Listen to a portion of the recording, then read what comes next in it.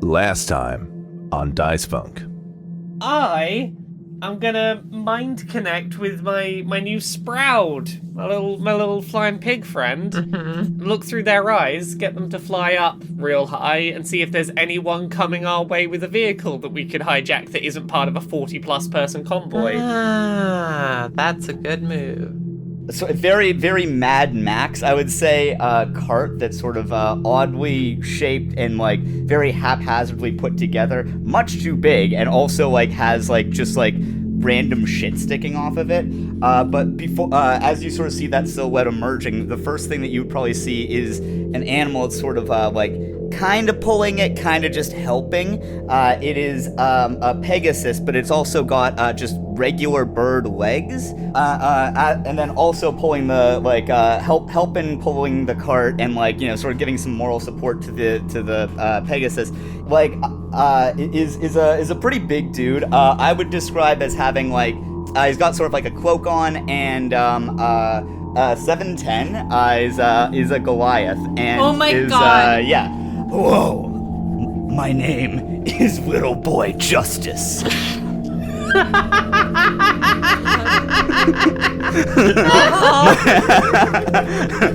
My teacher, Dark Justice, sent me ahead of him to construct his Justice Mobile in town. I assume I've been tracking him ever since. I assume you are his fellow sidekicks.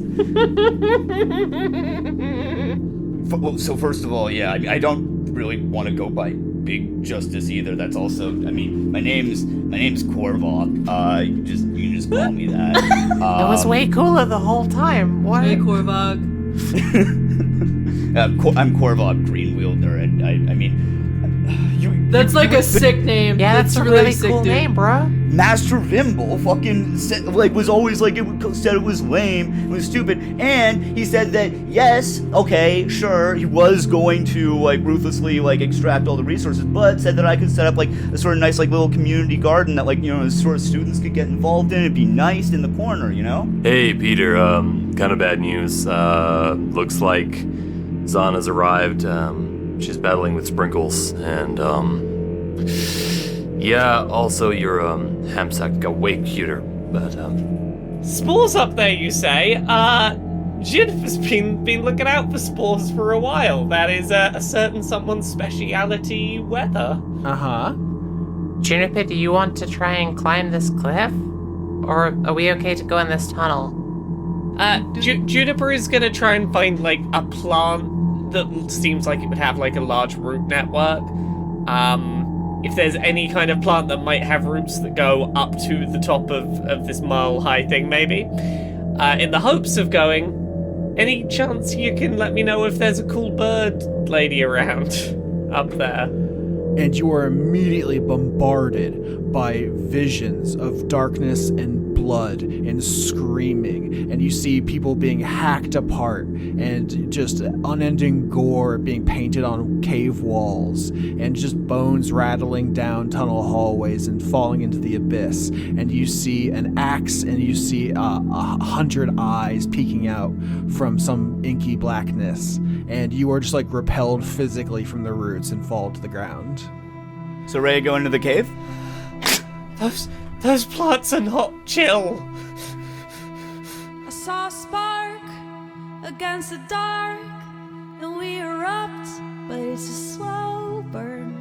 I take a chance, we start to dance, can't see enough to know to turn around. Sound of a bonfire carries over fences, titillates the senses. We can feel the heat, a chill wind is pushing you into me, and it's looking like we might be burning, might be burning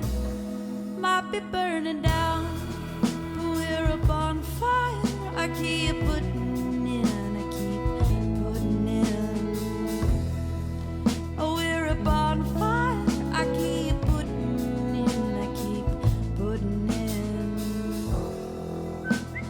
I've started growing mushrooms. Ooh.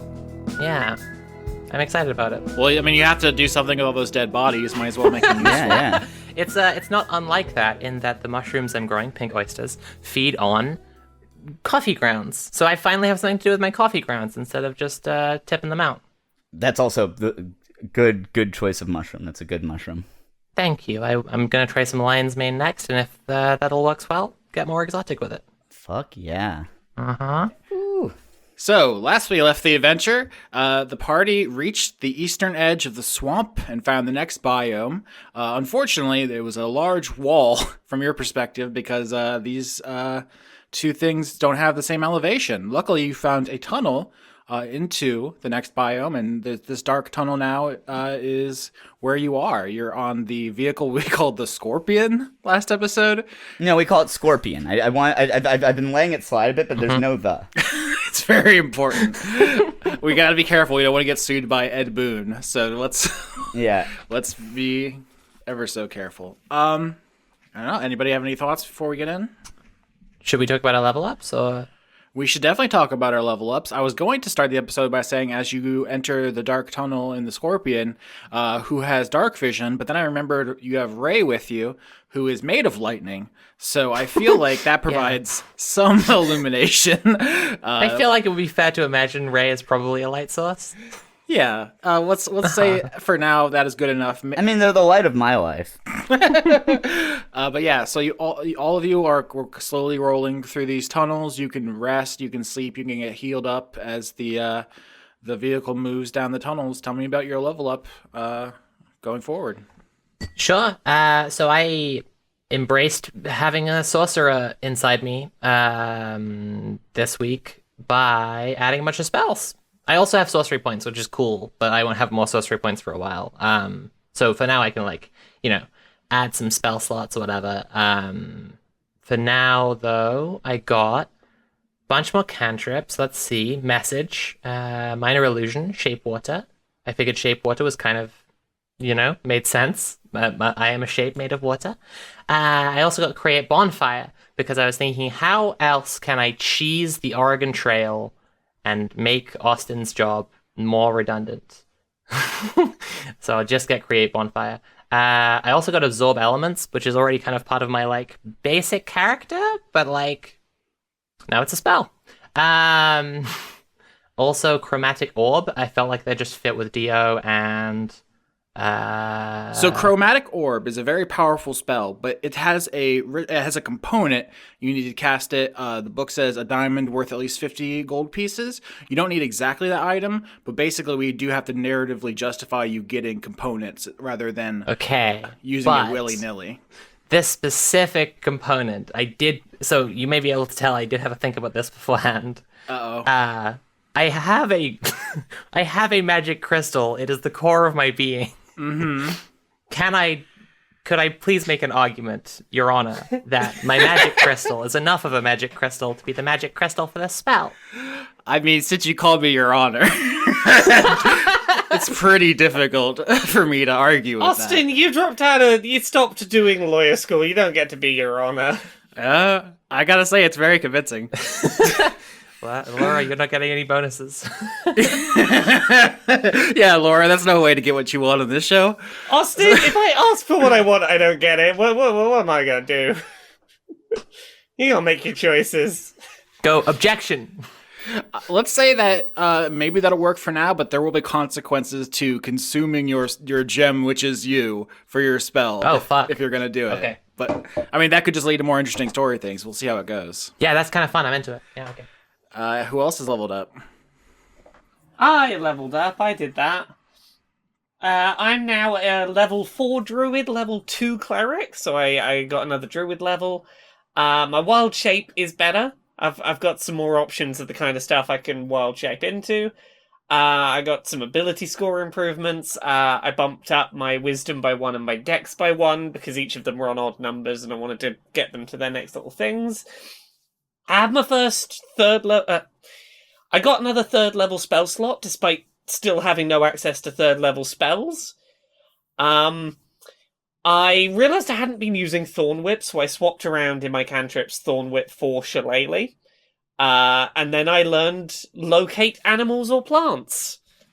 Yeah, one thing I didn't mention, the audience will have heard it in the last time, but for the players, our last episode did end with you trying to talk to a plant and receiving a terrible vision of blood and gore. So something's going on with the plants here, and that spell may be relevant. We ended last episode with me essentially touching that thing from the beginning of Mass Effect and having the fucking end of the world vision go off.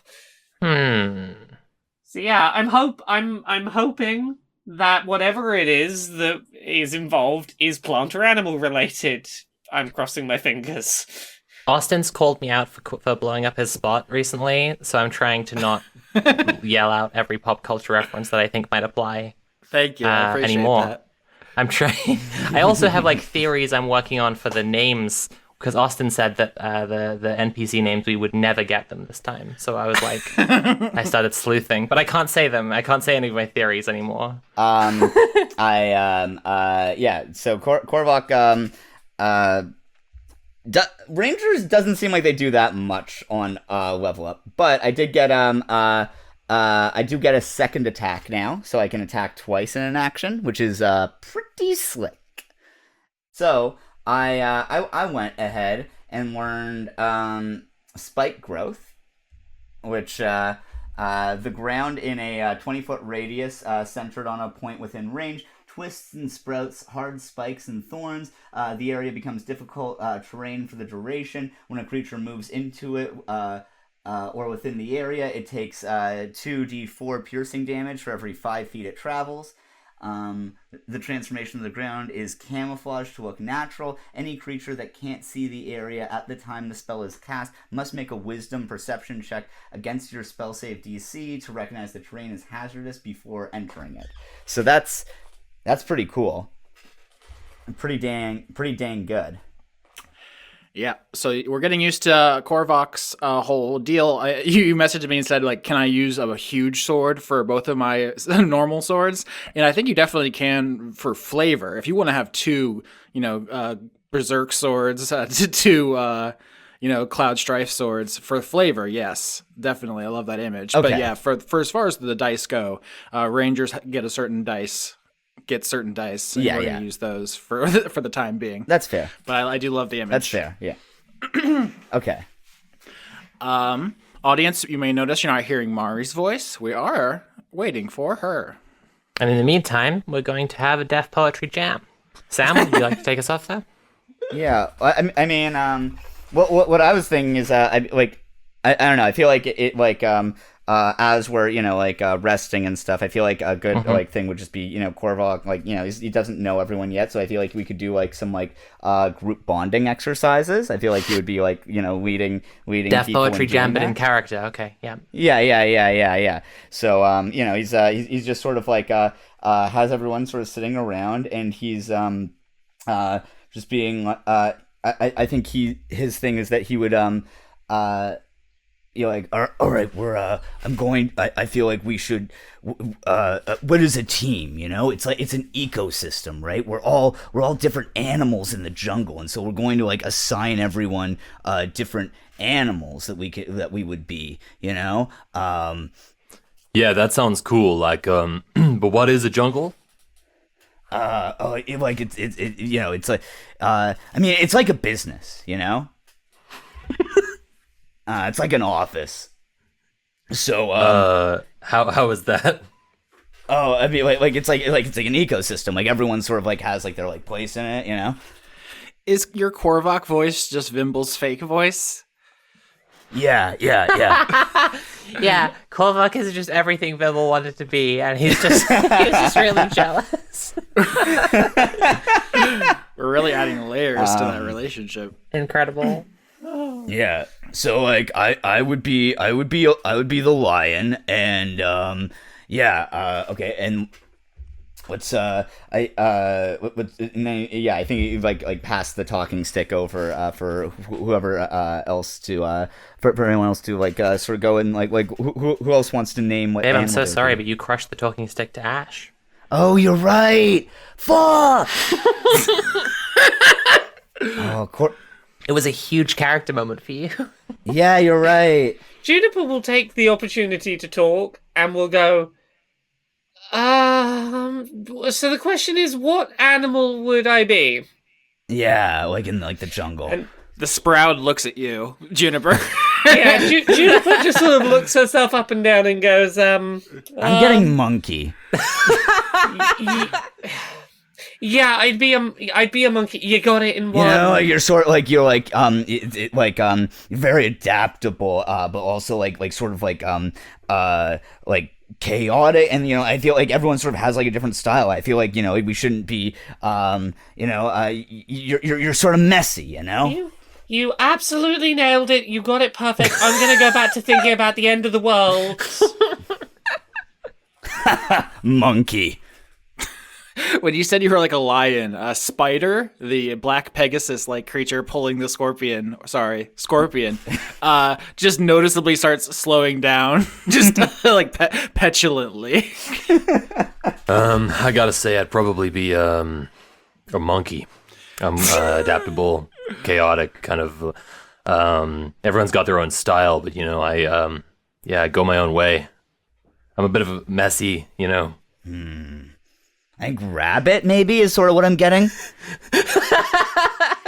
Yep, definitely the person in the room who makes you think, yeah, bunny. Sure of yourself. Hopping along, sticking to it, keeping your head down, focused on plants. That's me. Yeah. Mm-hmm. Totally. Yeah. All right, so who wants to do some trust falls? Is it an important part of Korvok's character that he's a terrible judge of character, and that's how you ended up following Vimble? Yeah, that is actually yes. Okay, good. He's very gullible, very bad judge of character. Also loves group bonding exercises and like trust building exercises. I feel like Dio takes one step towards doing the trust fall, and then like their body freezes up because they're like. Because Ely the eel has like braced himself against two of their limbs, like to immobilize them, and he's just like, no, not a step closer. No. I'm just looking, I'm just trying to think of like any other team building activities. There's one. I mean, I've got sort of build some trust by taking a drink of water and just sort of spitting it into each other's mouths. Oh my god. I should cut this out, but yesterday I was walking with Joa and she had a soda and she held it out to me and I like reached to take it as if I was gonna take a sip and she like pulled it away. I was like, no, spit in it. What? I've been seeing this girl, and I was like, hey, open your mouth, and she was like, are you gonna piss in it? And I was like, no. I was, well. Sophie and I are living a different life. Living the dream. Anyway, this is what happens to Mari, isn't here? Yeah. It's true. Start misbehaving. Mari's always judging herself as the wildest of the crew. It turns out when she's usually like doing our freak quota for us, and then it's like we have to fill it when she's gone. Yeah. Let's get perception checks from everybody. Peter is sleeping. We'll see what happens as far as Mari's showing up. But this is a long rest episode, so. Can I get any kind of advantage for being very on edge because the world is ending? I mean, I would argue being very on edge diminishes your skills, so let's not open that door. What if I say, Your Highness? Well, Gloria. It couldn't hurt to give you advantage if you think about it. I mean, I've said it now, and now I'm just waiting to see whether I roll a second time. Not that I really need it. I have a 23. All right, 23 and 14 is very good. So with the light of Ray, you are able to see ahead of yourself well enough not to be endangered by what appears to be a large hole in the ground in the tunnel. If a botch had been here, we might be in a situation where Scorpion is going down into a mine shaft, essentially. And luckily, Spider comes to a halt. The vehicle stops. There's a big hole in the ground in front of you in this tunnel. Hey, there's a big hole. Use I feel statements, please. Oh, sorry, Korvok. Guys, I feel there's a really big hole. We should. Thank you. We need some kind of way around this. I feel that you're right. I feel like the I feel statements aren't entirely necessary in this instance. You know, this is the problem with having a monkey in the in the team. I feel like your feelings are valid, but I also don't want to throw away this opportunity for us to share and bond with each other that Korvok has given us. Everything we do from now on is going to take 100 times as long. Okay, I'm gonna send the Sprout to have a look at how deep this hole is. Just check that it's not actually only like 4 foot deep, and because it's dark, it looks deeper. Yeah, I'd also like to ask a question. Did you say it's like the hole is the whole width of the tunnel, so we can't just like drive Scorpion around it? Great questions. I think if you get out and investigate, what you would need to do to bring Sprout over to it, you see there's some area around the hole. It looks like you could take Scorpion around, but it might be a little dangerous. You know, if we get some bad rolls, we might start slipping in here. It's like just enough to edge around. So that's going to be a possibility, but not a an insignificant one. We could edge. You can take the Sprout over to the hole and kind of let go. It like does, flapping with its cloud wings to kind of lower down and look. I think after a certain point, it starts like strenuously, how Yoshi does kind of thing where he's in the air and he goes, and like yeah, little sweat beads start flying off. The wings are flapping faster. The feet are kicking faster. Exactly. To get back up to you, to basically let you know that it's too dangerous. It's like too deep to just fall. So that's definitely like the Sprout's like, oh, if I go all the way down to the bottom of this hole, I'm not going to be able to get back up. Yep, that is good info. But yeah, so that's what you've learned. This is a genuinely dangerous obstacle. You could try to go around it. That's on the table. If you have any other ideas, though, now's the time to think about them. Korvok, do you think we could form a human bridge if we trusted each other enough? Oh, I think that's a very strong possibility. Ooh, I have a vague plan. I have an idea. Use mold earth to shore up some of the bits where the path is most treacherously thin and dangerous for the cart.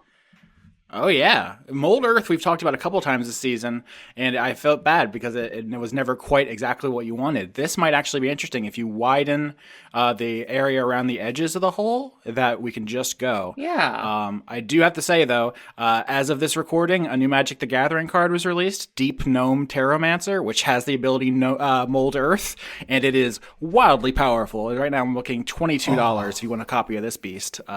Ooh. That's fine. I got it on my character nice and early. Got ahead of the game.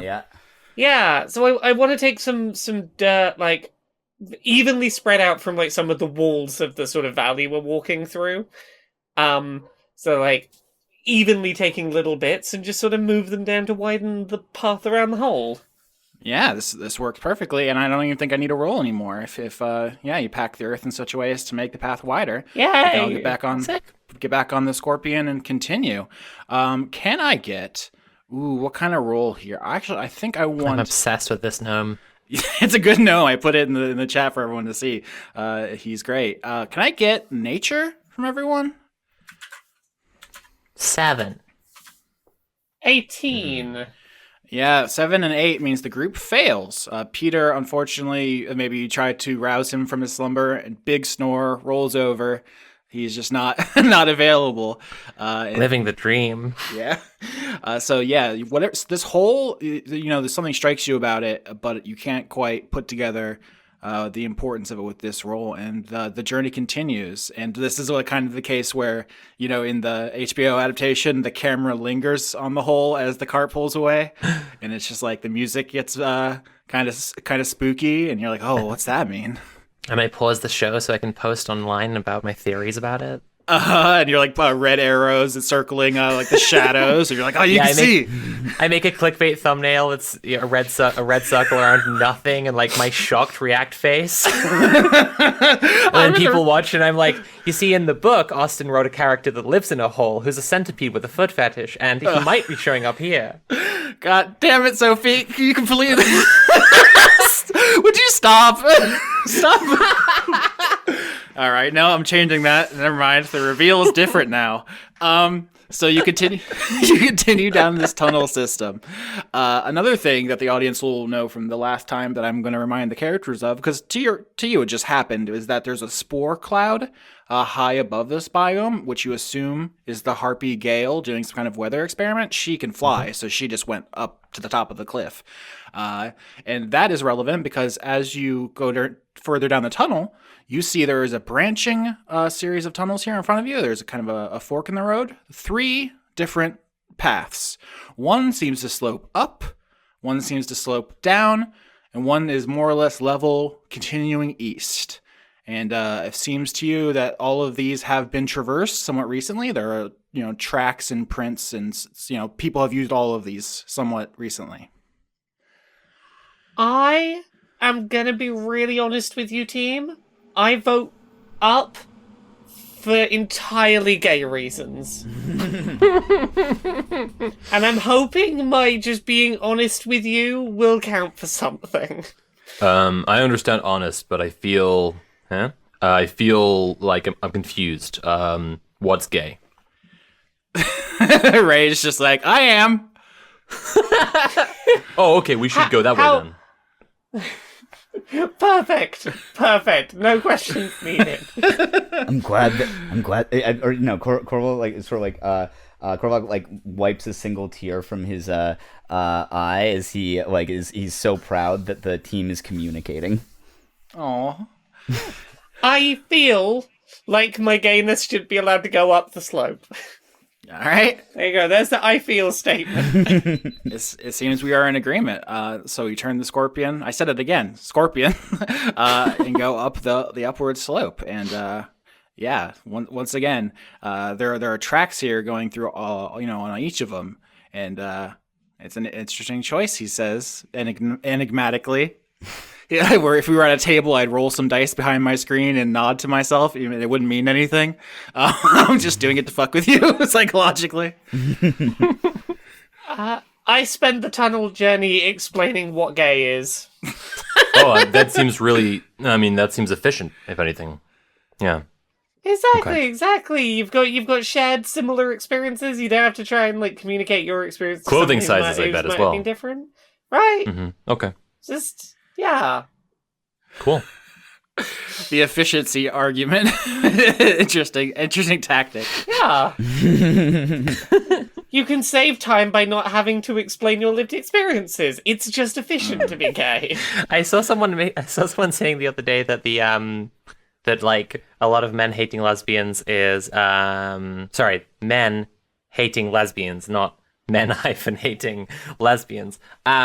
Is men worrying that they'll be replaced.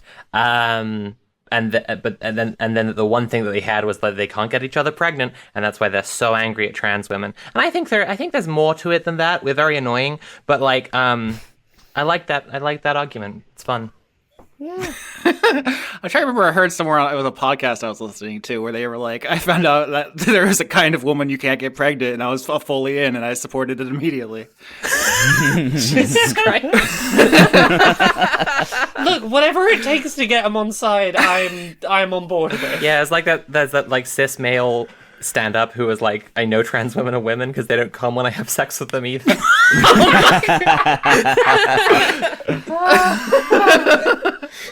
I'm sorry, audience. This episode's gonna go down in history as the one where they went down a bunch of tunnels and were nasty.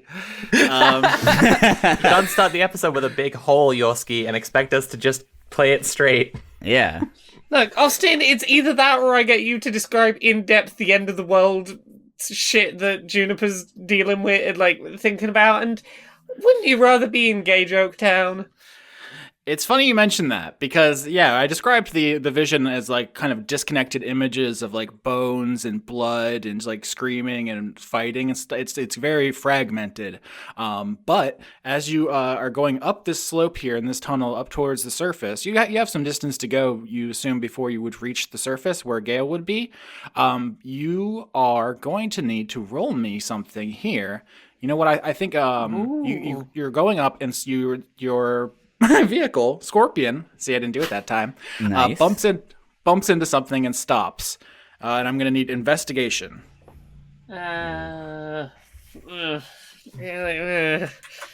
Ooh. I botched my investigation. 3. 10? I have a +5 on investigation. It is one of my best skills, and I botched it. Yes. All right, so the bump, like Scorpion comes to a stop. Spider kind of does that. You ever see like a horse who's spooked? They kind of walk backwards a little bit. Just like, oh no, something's happening. And you all get out and start looking around. At which point, there is a sound further up the tunnel that spooks you. You look away from like where Spider is, and then suddenly Spider's off running because their reins have snapped. The harness has come undone somehow. The botch is that your animal's getting away, Korvok, the thing that pulls your vehicle. Shit. Fuck. I'm Korvok's going after Spider for sure. All right, athletics to chase this creature. Okay. You said a black Pegasus with bird legs. Oh, I crit, so 27. Holy shit. Oh. Yeah, I mean, you can paint me this picture. I assume you just are you're a Goliath, so you have an incredible leg situation. Yeah, you can run fast and just leap. Yeah. It's not even like legs like tree trunks. Like people are like, those tree trunks are like Korvok's legs. It's not a very catchy expression, but I think it's gonna like catch on anyway. And like Korvok is just jogs after and like actually like sort of laps Spider and then like sort of like circles around back, and then and it's just sort of like lightly like it's just sort of like in like a light jog as he like comes up beside Spider and then is like sort of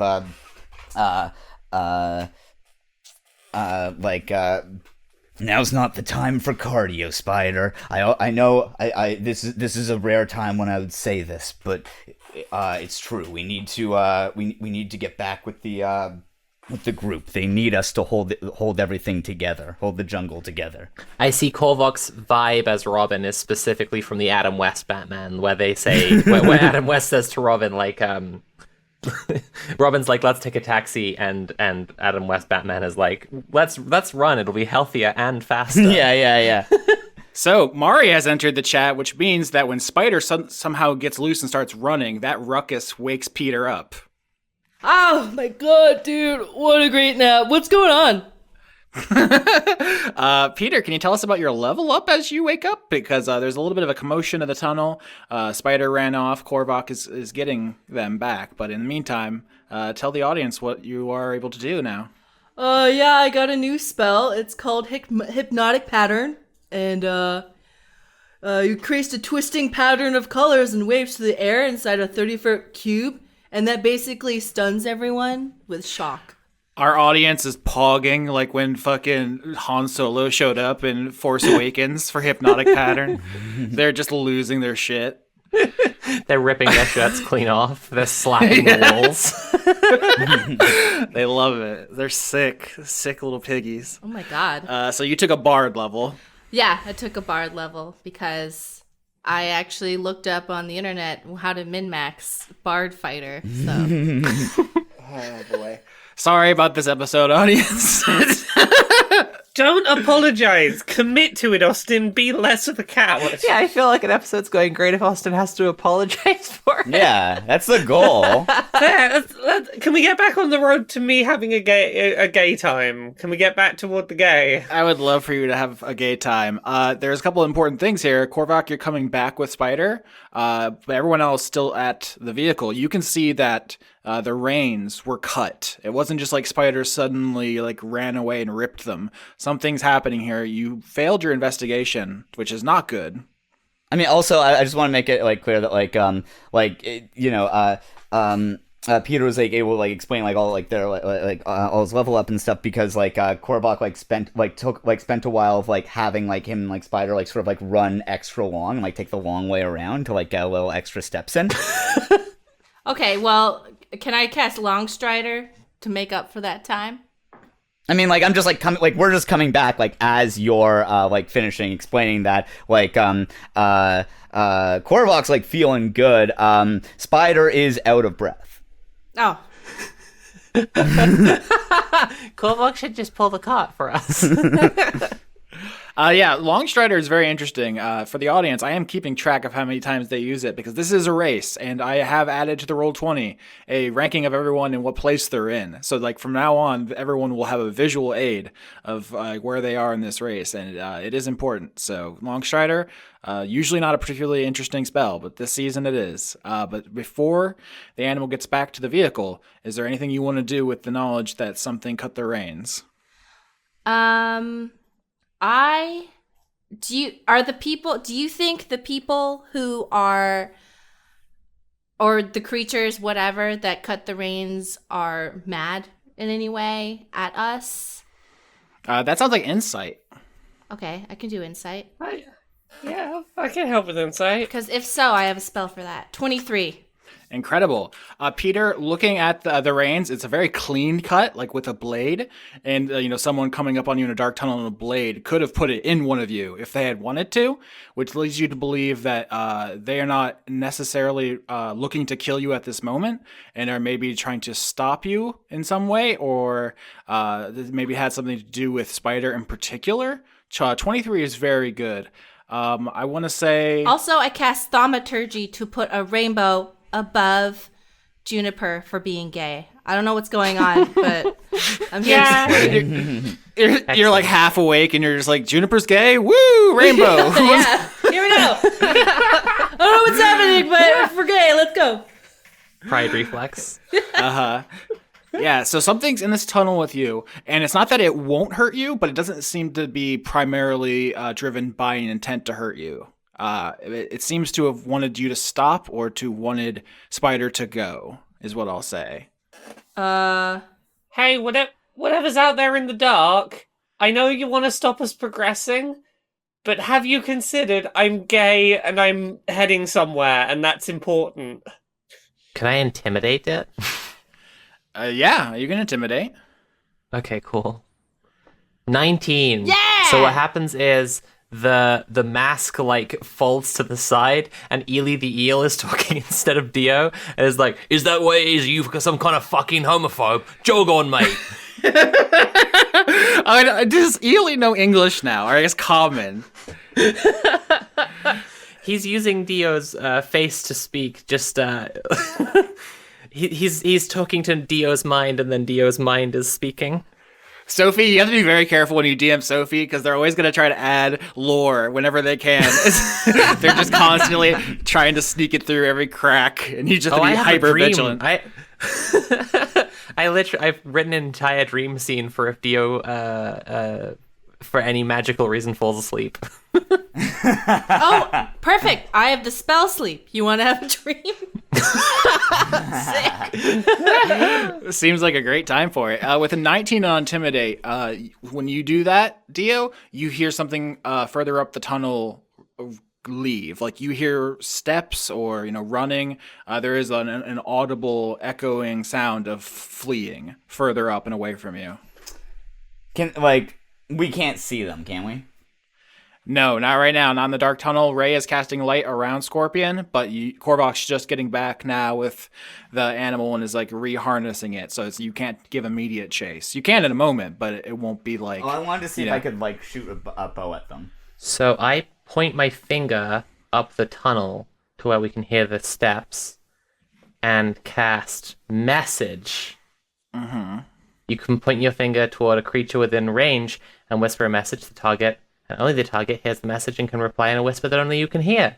And I say, "Home gang." Ooh. You do not get a response to that. Huh. Yellow Billy. I can only assume that this is somebody who doesn't like seeing beasts of burden. And maybe we should just try and show that Spider, our six-legged companion, does like pulling the wagon. Wait, hold on. Spider, do you like pulling the wagon? Does Spider have 6 legs? Well, they have 6 appendages, and I wanted to validate their spider. Yeah. 2 of them are the. I wanted to validate the six appendages. I don't know how they feel about the spider, but I wanted to be supportive. The spider, it goes to like neigh, but it's like a spider like hissing sound. Promise you, spiders do not hiss. They do not have the equipment for that. This is what spider thinks spiders do, okay? I know they can't actually hiss. I'm not a fool, but like in like movies or media, they're depicted as doing that because they have to have a scary sound. I guess someone doesn't appreciate good sound design. Wow. Already a pretty undervalued field. Many species of tarantula make a hissing sound, and other spiders, like wolf spiders, produce a purring sound. I also Googled this and was immediately owned. Remember when bones were not teeth? Remember Yeah, that? I do. Yeah, I got double rep. Are you keeping score? Do I get more rep now? No, please go. Man, when you weren't here, people were calling me Your Honor and like Sir and shit, and you show up and the vibe changes entirely. I mean, it was a lot more depraved. I feel like you left that out. I just don't respect authority, and it spreads. God damn it. Okay. So anyway, spider hisses. And Ray's like, wow, a thing spiders do, and I knew this.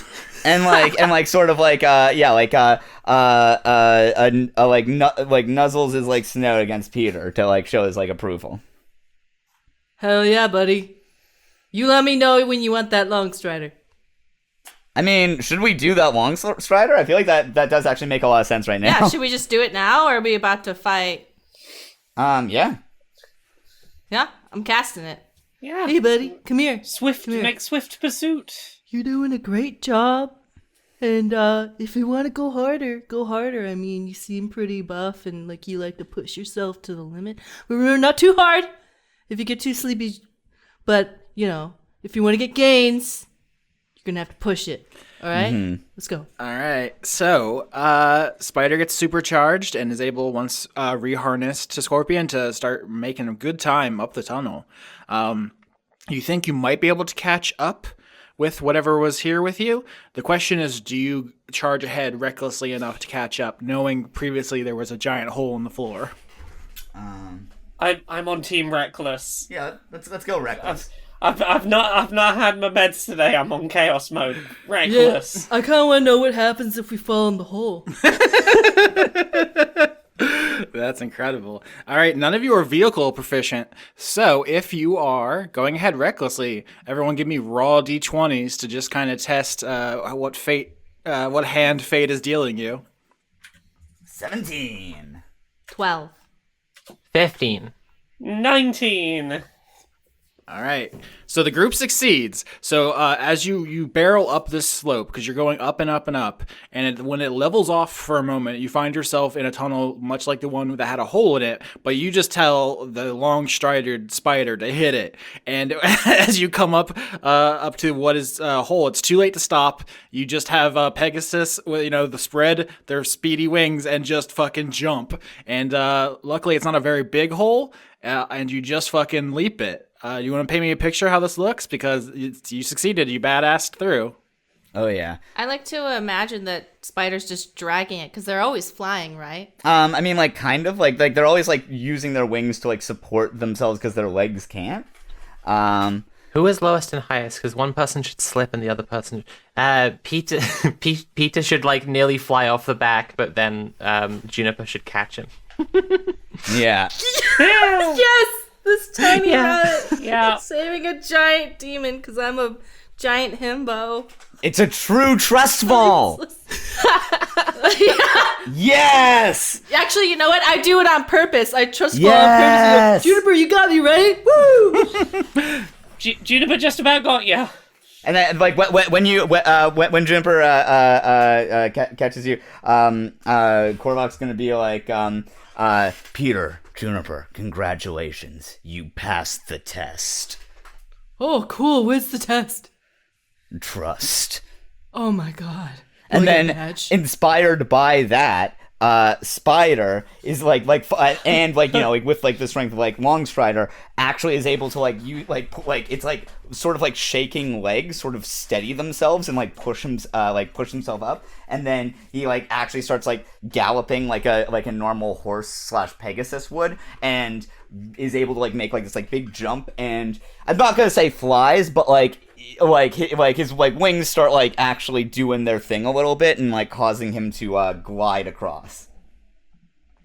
Hell yeah. So Scorpion doesn't fall in a hole. You make great time up in the distance, like ahead of you at the edge of the light that Ray is casting. You see shapes. What I'm going to reveal for this great success, in addition to not falling in a hole, is there are actually multiple things in here with you. That's what I'm giving you for catching up.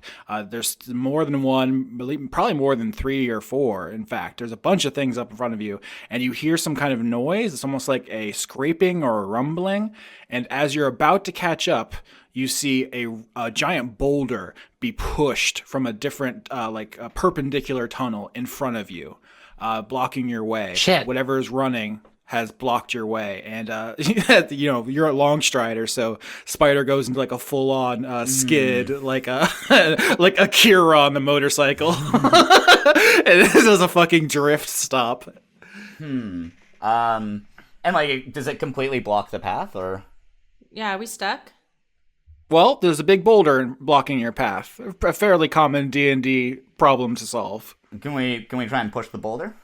Yeah, if everyone jumps out of the vehicle and goes over, we can get strength checks. All right. Okay. I'm doing it. 13. Oh my god, I botched. Oh, so did I. Fuck! Yes! Yes! 16. I have such high strength, too. I have 19 in strength. You sound so happy about our failure. You wonder why we bully you.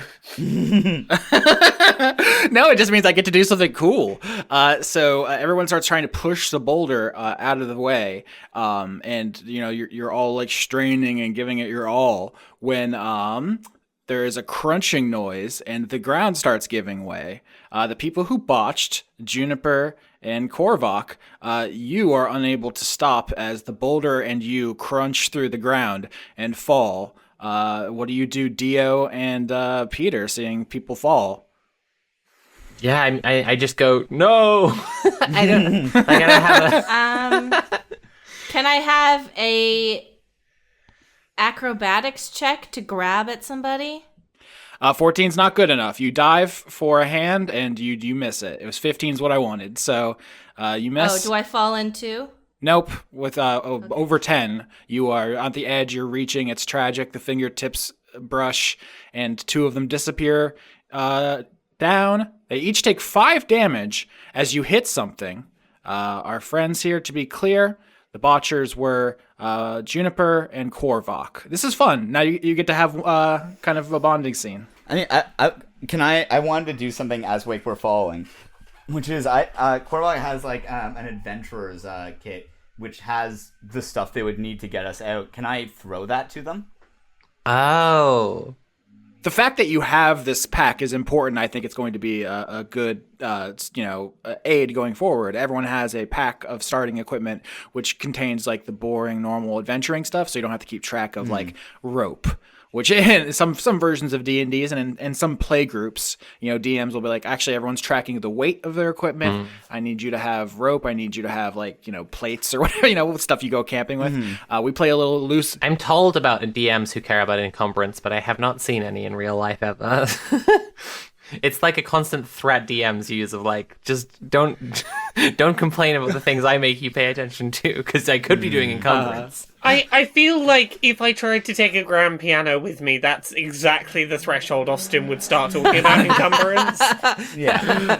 And then it would... Like a church organ, maybe? It would backlash onto all of us, and we all have to do encumbrance from then on, because one of us tried to take something absolutely ridiculous. I have a question. So... I am assuming Spider can't fly up and down, but more as a gliding type Correct. That's correct. arachnid. Okay. So I rolled 5 damage for Korvok and Juniper as you hit something when you land. Right now, you are far away from Ray's light, so you can't see exactly what it is. You were kind of like both of you groping in the darkness, and whatever you landed on is a bunch of different textures. There's something wet, there's something sticky, there's something sharp.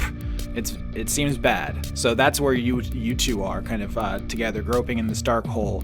You also hear things kind of around you, maybe something running, something hiding. You know, there's things that removed that big boulder. So that's what you two are doing at the bottom of this hole.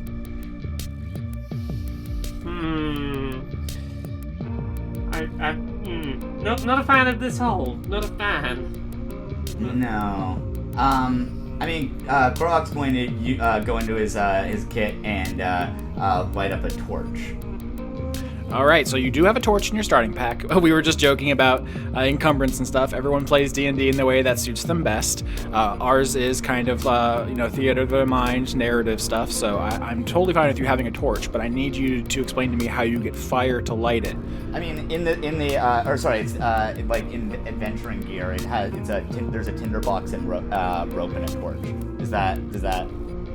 Yep, that makes sense. Yep. Part of your camp, everyone has kind of like basic camping equipment, and that makes sense. Yeah. Just one of the many ways dark vision is completely meaningless in this game. Everyone has it except for like 2 species, and then everyone starts with torch.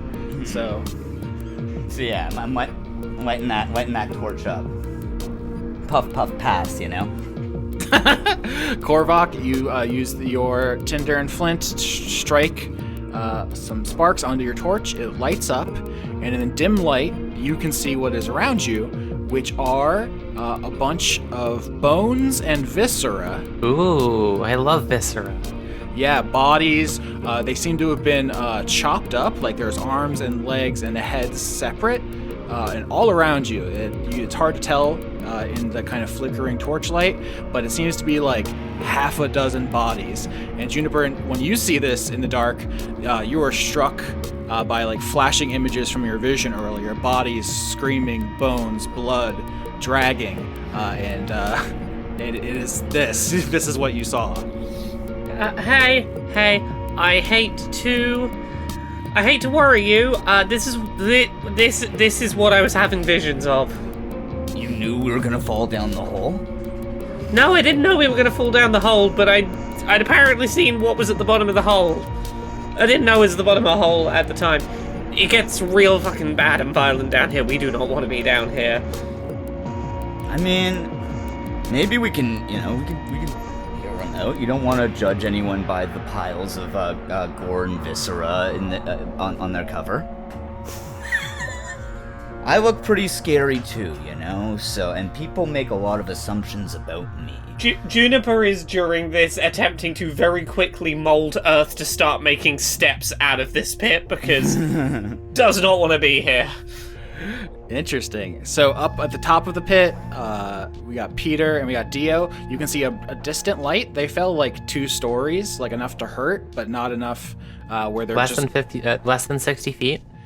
I know you have something locked and loaded. I want to say there's a distant fire at the bottom of this pit. You can see it down, and you hear voices. You can hear them talking to each other, so you know they're not dead. Mm-hmm. What do you do? Do you have anything to make a rope and like we could tie it to Spider or something? No, I don't. I was gonna. Hey guys, do you want a bonfire? I could do that. I mean, a bonfire doesn't seem like a bad idea. Sick. Oh yeah, also this is where I was having visions of all the death and murder and everything being very bad, so... Oh, that seems bad, okay. Yeah, right? Yeah, cool, I'm gonna just use create bonfire. I don't have a solution to getting you out of the hole right now, but I don't want Korvok to have to hold that torch the whole time. Juniper is mold earthing some stairs. There we go. All the people with the ability to get people out of holes fell in the hole. Mold earth is not going to get you fully out. You can definitely like start getting some distance between you and the bodies by making like little steps, but this is not there is a spell that does this, and it's not a cantrip. So we'll have to... I know, I want to be off the ground away from the imminent place where death happens. Fair enough. When you create bonfire Dio, you can actually see down the perpendicular tunnel where something pushed the boulder from. You see there are more tunnels branching off, and then there is actually a tunnel in the ceiling. Nice. And I think you might even catch a glimpse of something looking at you through it, and then it's gone. What does it look like before it's gone? It was only there for a second. Well, my insight was 8, so describe to that level of detail. Yeah, 8 is not good. I would say like there's a glint, like something, sharp or metal or something. Nice. And it's only just the briefest glimpse. There's something here in the tunnels with you. I just checked my inventory as well, but I don't have anything. I genuinely don't have anything. Like I might be the worst equipped of anyone in the party for this particular task. I know it's like too good to ask if I can make a rope out of my costume kit. Theo, help me. I don't know. I'm too dumb to think of something, but I got stuff. Wait a second. I mentioned this earlier. I have shape water. My body is made of water. Is that anything? Could I be a rope? Can I become the rope we want to see in the world? Oh boy. Shape water, you can definitely, let me double check here. You can definitely do something with that. I don't know if it's going to be the full solution, but... Well, Dio and I are the biggest, therefore the longest. And then Dio also has the eel inside of them. Right. Which makes them even longer. So I thought maybe I could like hold on to Spider and then we just monkey chain down and grab them. I love the idea of using Ely as a rope. One thing I'm really excited about is all of you using your bond animals in novel ways, using Sprout as a scout, using Spider like we've done this episode. So I'm excited about this. So I thought if they were getting closer with the stairs, and then I held on to Spider, and then Dio held on to me, and then the eel slurped out of Dio, we could make some sort of flesh rope. Well, I don't love the word flesh rope. I don't see why not. It's a rope. Everything makes me think of her. I'm definitely picturing it as one word, flesh rope. I don't know if any of you saw the trailer for Scorn, the new video game. Oh yeah, yeah. So many Geiger-esque dick walls. It's definitely what's happening. I'm into Ely the eel as rope, our good friend the rope. So what's awesome. Maybe strength saving throw? Well, is Dio's? We didn't ask Ely the eel yet. Do you want to ask? So you proposed this plan? I meant ask you before. I was a suggestion, and you didn't say yes or no. Okay, right. Yeah. No, I mean I'm cool with that as a plan. I just want to. I kind of like the idea of shaping my water. It's a cantrip anyway, so it's not like it's using a spell slot to do it. But like, well, let's do that first. Then. No. So I can make myself an even longer rope.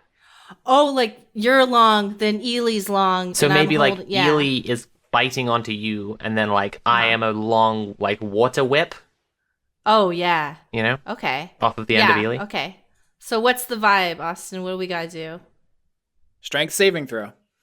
Oh, cool. Why you gotta do that one? Both of us? Mm-hmm. I'm the baby. If you're in a chain together. Okie dokie. 17, thank God. 19. Oh my God. Oh, baby. Flesh rope! This is incredible. So paint me this picture. So I'm holding on to Spider, and Spider's digging into the ground. And I'm leaning off the edge. And then Dio, what are you doing?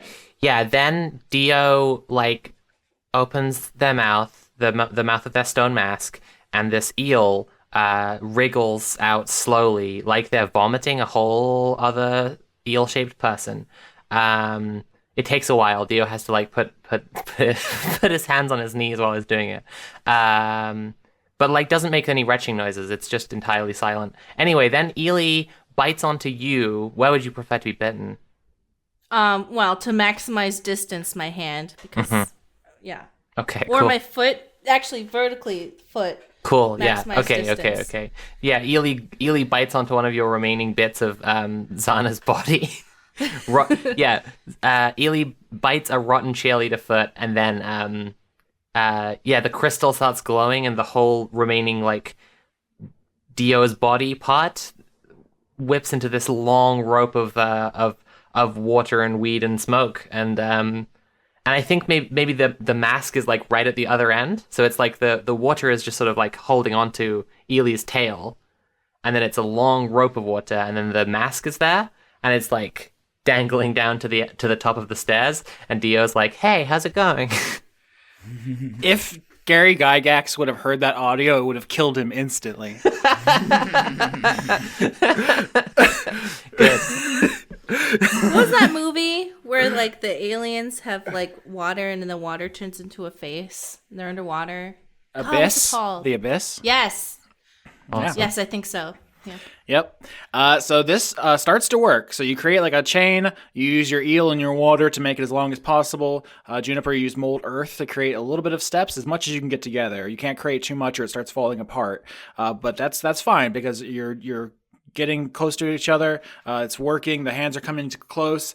And then Peter, as the person at the top of the chain, you hear some sounds around you and some scuttling. And from I love scuttling. Yeah, some scuttling. And from 3 different directions, the tunnel where you came, the tunnel where you were going, and the one from which the boulder was pushed, that was perpendicular, from all 3 directions, things start coming close, and they're like bearing down on you. Do you do anything about that, or do you just hold on and just pretend like it's not happening? If I cast something, what happens? Am I dropping things? It's a risk. This is like, everything's a risk. We'll roll and we'll find out what happens. Because I can cast Hypnotic Pattern or Calm Emotions, but I don't know if they're people. So Hypnotic Pattern it is. And everybody's still down there. We're like in the middle of pulling everyone up. Yep. Yeah. Everybody close your eyes. I'm going to show a video of my 5th birthday. I asked for Ninja Turtles, but they made it Battle Royale, so everyone had to kill each other for my honor. It's not what I wanted at all. Anyway, here it is. That's quite a window into Peter's childhood. I'd be pretty fucking hypnotized if that was playing in front of me. It's just a bunch of 5-year-old demons murdering each other. Oh my and I'm gosh. crying on a throne. You create a twisting pattern of colors that waves through the air. We said that's home movies instead, inside a 30-foot cube within range.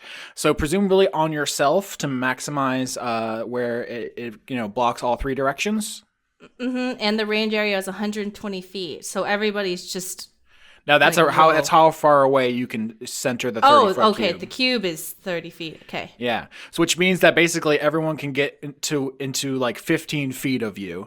Basically, if we're going in both directions, which means you're going to be able to see what is approaching from each direction. And what it first appears to you, Peter, because you're the one who sees this in Ray's lightning glow, is it looks just like a bunch of blades, like a bundle of knives, and then it scuttles closer, and it actually has the appearance of an insect, but made of blades, basically. This thing is just sharp all over. Basically has like scimitars for legs. It has large crushing pincers. Even its like, back section is like ends in a tipped blade. Animal handling. 9. That would have been the coolest one. That would have been so fucking dope. Now they hate me. Yeah, with a 9, you don't have any appreciable effect on them. Basically, from 3 directions, they're closing in on you, and there's like, half a dozen in each direction, and they stop about 15 feet away. They have you surrounded, but they're not going to enter the hypnotic pattern. And you see these things, which are just like insectile blade creatures, like nothing you've ever seen before. But the hypnotic pattern stops them, and they're all waiting. So everyone, you can get out of the hole. Peter has burned a big spell slot to cover your escape. Fuck yeah. Shit. Hey, buddies. Are you friendly? Can I, you would describe these as beasts, would you not? I would, yeah. Beasts, the game's term for basically animals. They appear to be, when I say big, I'm picturing they're slightly smaller than Spider, the Pegasus, right? So they're obviously huge for what are like ants or beetles. And they have giant, pincers, like on their face, which appears to be like what they cut their reins with. Are they bigger than me?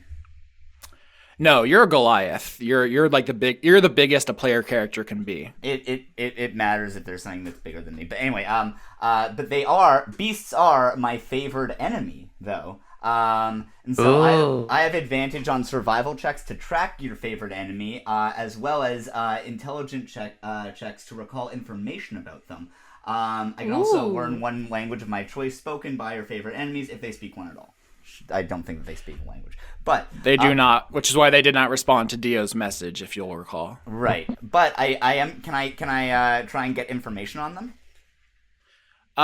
You can roll history. I'm going to say these are a new animal created in the new world, so you don't know anything about them specifically, but you can extrapolate from other things like them that you've seen, is what I'll say. Okay, so I can do a history check. Mm-hmm. All right, and I can roll that at advantage. 15. Wow, that would have been a 5 without your ranger abilities. Nice. Yeah.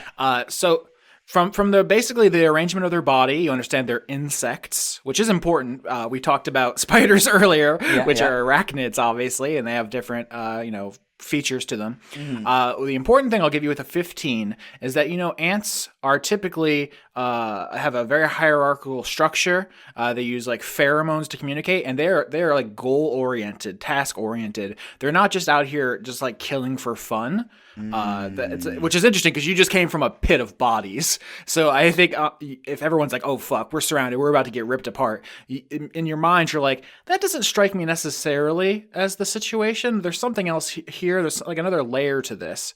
And as you're saying that, as the full party gets pulled out of the pit, these creatures start backing off a little bit. And like, they're not intelligent like humans, but they have some kind of, pheromonally communicated plan. And it seems like, there's now 4 of them, 5 if you count Ray. They're like, I'm not sure about this, and they start kind of backing up. Yeah. Can I roll? Can I roll insight to try and get a sense of what's happening by pairing the visions I saw with what's happening? Yeah, I was gonna say that we just rolled insight recently, but you do have more information. So let's do insight again, specifically for Juniper, because if you were the one who's connected to this vision, Lamau. That was a botch. That was a botch +6. Awesome. Oh. Juniper, you were just racked with these visions. You see bleeding bodies. You see chopping. There's like an audible like blade on bone chopping noise, and you are just overcome and like basically fall to the ground, and they're just like covering your head, and you have become not incapacitated, the D&D term, which means something specific, but just incapacitated in a colloquial sense right now. Can I cast animal friendship on one of them to establish some sort of ambassadorship? You want to read animal friendship to the audience? I think you tried that against the Swag Tusk and failed. Yeah, well, you know what? I'm a believer. This spell lets you convince a beast that you mean it no harm. Choose a beast you can see within range. It must see and hear you. If the beast's intelligence is 4 or higher, the spell fails. Otherwise, the beast must succeed on a wisdom saving throw or be charmed by you for the spell's duration. If you or one of your companions harms the target, the spell ends. All right, I'm going to roll wisdom saving throw. 10. That's not enough. You're my friend now. Hey, buddy. Oh my god. Your little knives are so cute. What are you guys doing here? All right, so the scene is there's the home movies of all your friends stabbing each other at your birthday party in the air. These giant big blade ants start backing up, and it seems like they're going to flee for now, but then, Peter, you start approaching one, give your war gong a little tap to start the animal friendship magic. And I also have my hand out as if I'm a beautiful maiden in a forest. And one of the blade ants stops as if, like a stray cat is like, sniff, sniff, what's going on here? In fact, can you roll me animal handling with advantage? Because you're the only person in the party without a creature, and this feels like it might be something. Okay, with advantage means I rolled twice, right? Correct. 22. 22. Neither of those are crits. So I don't think you are bonded to this ant immediately. I think that there's a potential for this friendship to grow, though. The ant stops and comes forward and begins like clicking its mandibles and circling you. It doesn't have a nose. I was gonna say it sniffs you. I mean, they do have a respiratory system, but it's different. Antennas made of blades, also like wiggling at you. And this thing is convinced you mean it no harm, and appears to be open to something here. What do you do? I try to pet it, but it hurts, so I stop. Hi, little buddy. I'm sorry that we scared you. Do you think you could tell your friends we're just walking on through? We don't even want any problems, okay? We kind of came from a lot of drama. We're trying to change our habits. And, I just, and you're just so cute. Ow, it hurts. Oh my God. Can you just go ahead and tell your friends? We're just trying to get on through. Just gonna ow. This is me with all cats. Yeah, the blade ant seems relatively convinced of what you're saying. It is not in charge. It's not like the queen of the ants here, so it can't like let everybody know with authority that you aren't a threat. But you have convinced it personally. I think it like scuttles up to Scorpion and is like, checking everybody out. Antenna blades going, mandibles clicking. None of you are attacking it, and so it seems like it's ready to vibe. Do we have any snacks? Do we have any food that I can snack up? Does anyone have any sugar? Do we have any snacks, guys? I can make it taste like sugar if I so choose. This is interesting. We haven't rolled for foraging because I assumed Korvok had some supplies on Scorpion. But let's roll survival here, and just to kind of check the snack situation. Everyone but Juniper, who is basically non-communicative right now. Not surviving very well right now. I can make literally any sort of food that we find into something delicious for this ant. 9. Shit. 9. Does 18 carry us or no? No, only one person out of 3 passes, which means the group fails. So I think you all like rustle through your food and stuff, and you're trying to find something it likes. You offer it, like a fruit. You offer it a vegetable. It doesn't seem interested. You offer it some, trail jerky. I offer it some like protein powder. If only I could offer it good berry. It's in the name. It's good. It would have to like it. It's interesting. You're offering it all this food. It doesn't seem interested in any of it. It doesn't want fruit, vegetable, or meat. I don't know how that makes you feel. Does it want metal? I don't have any spare metal. Do you offer it? You have a dagger. Then I have no weapons. Okay. Yeah, you know what? Yeah. I make the dagger more delicious using which one was it? Or you can offer my greatsword, I think. No. I'm offering my dagger because this is my little ant boy, or them, they them. First of all, I use my prestidigitation to make it even more delicious. This is the most delicious piece of metal they've ever had, and I give it to the ant, and hopefully they take that back to the queen or something. I don't know. Well, this is interesting. Do you want to give it your dagger? And in exchange, bump up that 18-year-old to befriend it permanently? This can be your guy if you want, because it snaps up your dagger greedily, crushes it in its mandibles, and it devours it. The dagger is gone. You have lost the dagger. Yeah, this is my baby. It wiggles its antenna like very happily, very enthusiastically, and begins like climbing up you, which is sharp. I love it. But yeah, just like a big dog who thinks it's a small dog. It's just like trying to get on you. Who's also made of knives. I love you. I love you so much. If you choose to bond with us, Peter, I will give you additional information. Are we? We're bonding. Okay. A spiky boy who just wants love? Absolutely. All right. You bond with this creature. There's a glow in your heart, and you feel a connection to this thing. and on some level, you're like, I am also a person out here who everyone sees as made of knives, but who just wants to just chill and vibe, you know? Yeah, I wish I had some weed for this little baby. Come on. Ow. But because you soul bond with it, you get a sense from it. You get some context, which is that the blade ants, or you can rename the species if you want, because no one has named them yet. They did not create that pile of bodies down there. And in fact, they were trying to push the boulder to stop you because they thought you had created the bodies and were trying to keep you from killing them. Oh, okay. They're called love bugs now. Oh, fuck, that's good.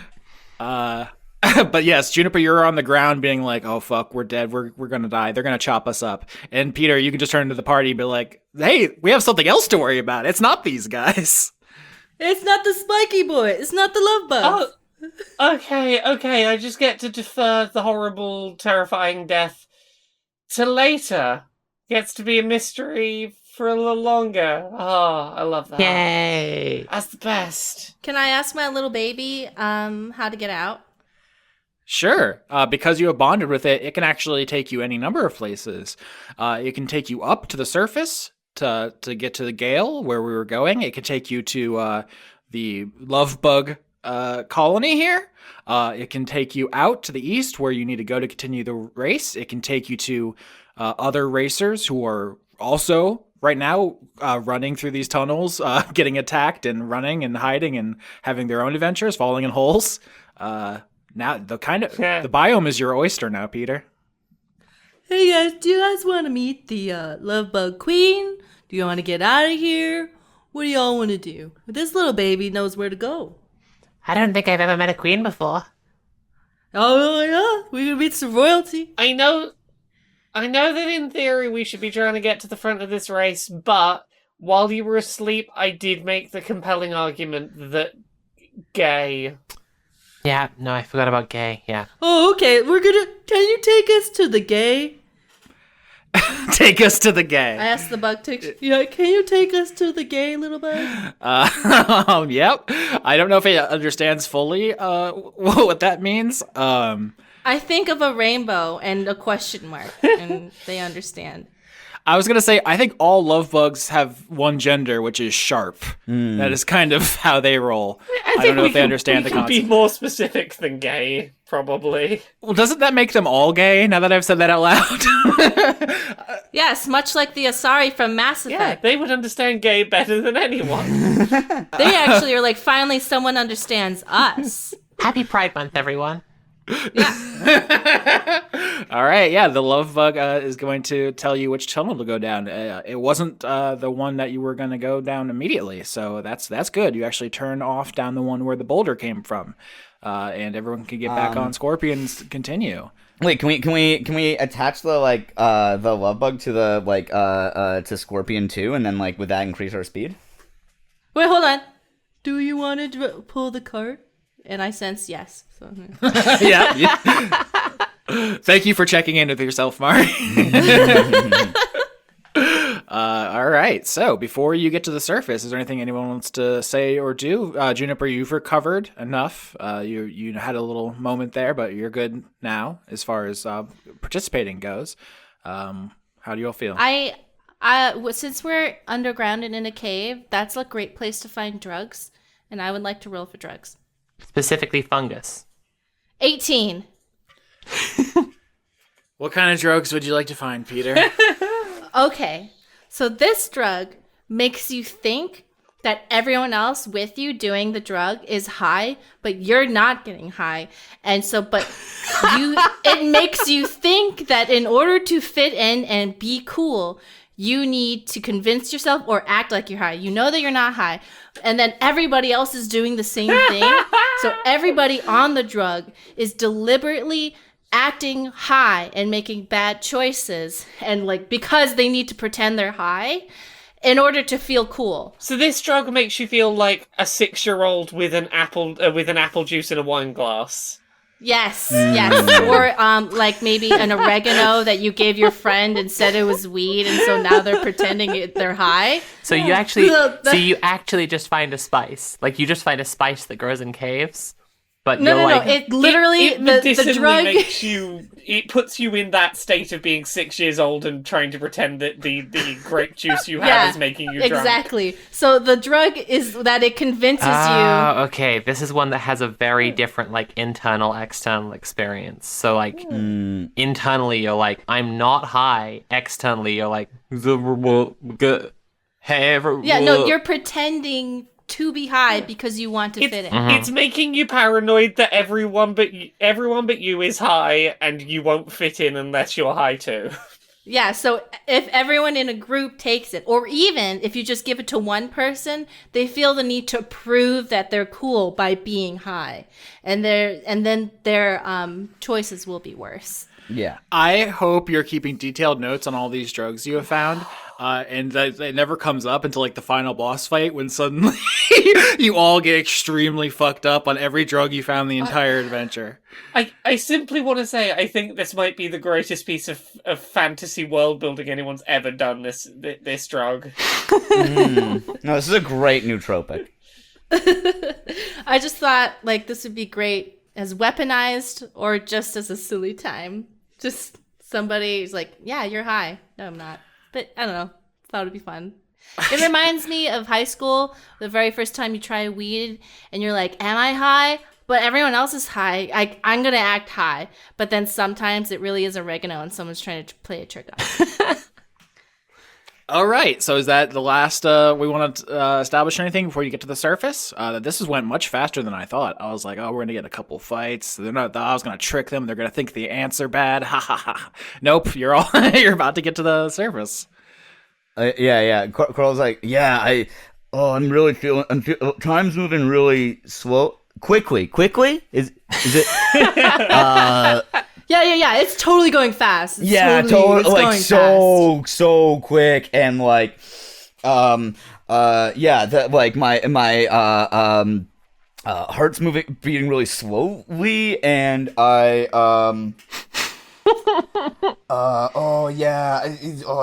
it's so good. Yeah, I'm personally freaking out. I had too much. I partied too hard because I just need so much to do it. Well, yeah. Yeah, because I'm already resisting because I'm like so in on this. actually Ely the eel is like, This is doing nothing. Give me more. Bro, you want to wait for it to kick in first. You have to wait for the first one to kick in before. Listen, lad, I'll be fine. Give me more. Everyone can understand Ely.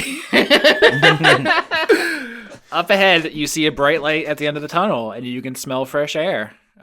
You are out as you and the scorpion exit the tunnel, and you are on the surface of this biome. You find yourself surrounded by all kinds of greenery, which is a great contrast to those dark tunnels you were just in. There's lush grass. There are a bunch of beautiful trees with colorful leaves, a bunch of vibrant colors. You see like blues, purples, pinks, kind of leaves you've never seen before. Big, strong trees that look like they've been here for, generations, even though they were created that way. All around you, these colorful leaves swirl in a gentle breeze. It's very beautiful up here. I don't want to traumatize myself again, but I want to find out if these plants are more chill or less chill. I'm concerned about the fact that the plants could be more or less chill. All right, you would like to speak to plants again using the Yggdrasil shard? Yeah, fuck it. Fuck it, let's do it. Constitution saving throw. How much worse could this get? I shouldn't ask that. 11.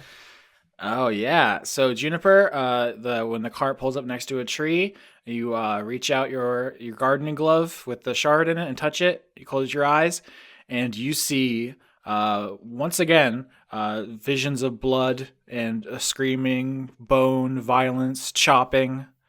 Does having exposed myself to them once before lessen the harm in any way? Is this like the electricity? Am I a bit more resistant? Yeah, you do not take any damage or become incapacitated again. But it does, I mean, I don't want to tell you how to think about stuff. Your character can choose that. But something that comes to mind is that, like, the ants seemed extremely dangerous, and they were, in fact, totally chill and safe. And these trees seem utterly beautiful and seem very dangerous. And I don't know how that comes across to you, but there's something fucked up with the trees here. It's actually the plants and the roots that, like, this. The roots start. The trees start up here on the surface, and the roots go down through the tunnels. And at the bottom of a pit, you found these bodies. Finally find a place with some plants where I have time to stop and chat to them, and they're maybe all evil, maybe.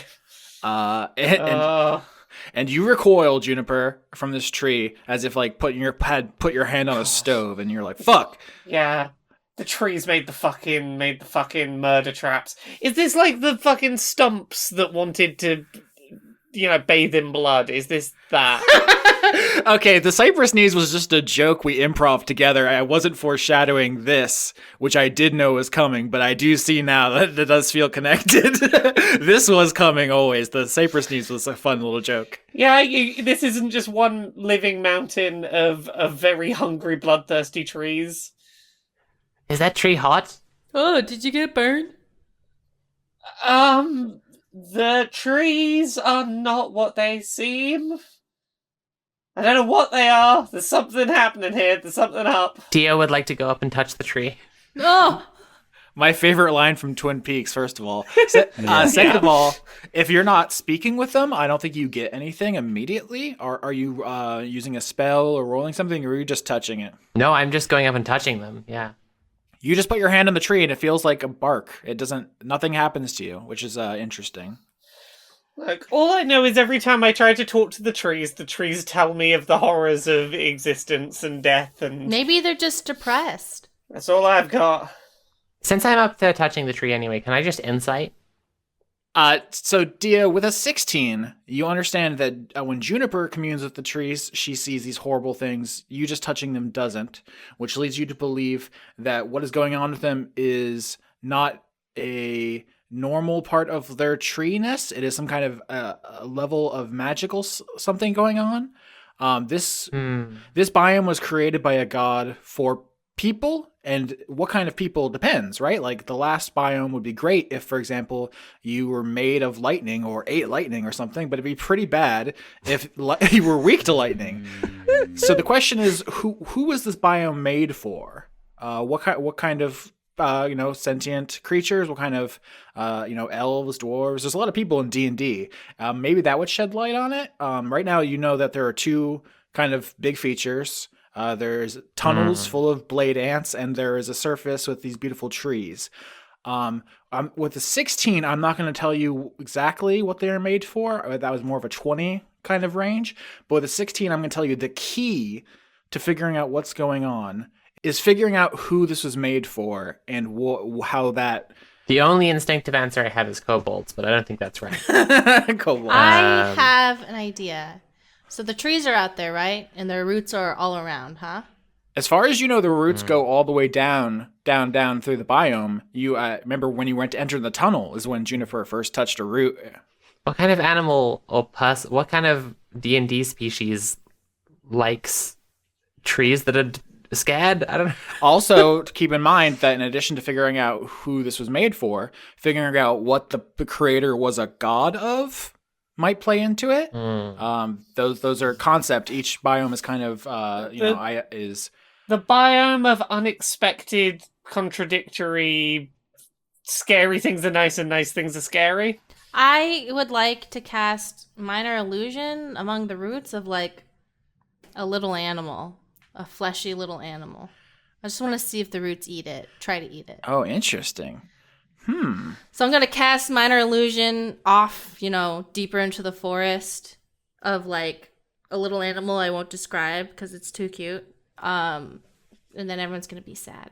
Actually, it's just a cube of meat. First of all, very funny. Second of all, I will say it's important that this isn't a forest on the surface of the biome. It is some sparse, beautiful trees. It's not like thick undergrowth like that jungle you went to at the very beginning of the season. It's almost like a garden, or like it's like a well manicured kind of space. And the last thing I want to say about Dio's insight before I respond to this illusion is that in addition to who this was made for, what the creator was a god of, remember that somewhere there's a sarcophagus with something in it. Huh. And that's what he said, winking. And now I will roll something. I'm not going to tell you what it is because you don't have enough context yet to know why I would roll this. Is it like hive minds or something? All the trees are connected through their root system, which like is a known thing. Like forests are kind of one big organism, and then we got ants who are like a one big mind together, It's right? for fungus. Ants farm fungus. Really? Ants farm fungus for food. That's Some sick. some Me of too. them do, not all of them. Yes, you too? Cool. Yeah. Awesome. Cool. Yeah, it's for fungus, right? Fungus people. I rolled an 11. So what happens is this cube of meat illusion you make, Peter, kind of squishes. What's the word I'm even looking for? Like scooshes by some of the Squelches. Yeah, squelches by some of the trees here, and you see it's one of the tree's roots kind of very slowly. You know how like Venus flytraps move? Mm-hmm. It's just like a very. There is a response, like it's going to grasp the illusion, but it's not moving with like a predator speed when the root moves through the illusion, because it's not physical. The roots just kind of stop and settle back down and don't no longer move. And you hear a voice behind you say, "Oh, sick, you got meat? Can I have some?"